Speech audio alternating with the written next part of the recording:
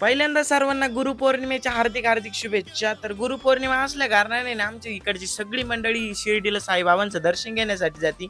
मध्येच आपल्याला सर्व मित्रपरिवार भेटायचे, आपले फॅन फॉलोईंग, त्याचबरोबर पालखी, प्रसाद वाटप ही ठिकठिकाणी चालू राहते. आणि गुरुपौर्णिमा असल्या कारणाने लांबून लांबून लोक येतात म्हणजे नाही का, आणि ताणभूक विसरून डान्स करतात, म्हणजे सगळा आनंद घेत राहतात. आणि तुमच्यासारखं हे प्रेम असं कोणी करू शकतं का हो? म्हणजे हे प्रेम विकत घेता येणार नाही. आपले शाळेतले मित्र लय दिवसांनी भेटले, त्यांनी तर असा डान्स केला तुम्हाला सांगतो, म्हणजे डान्सला तोड नाही, काहीच नाही. आणि या भावाची उडी पाय एकदा विषय हार्ट डायरेक्ट.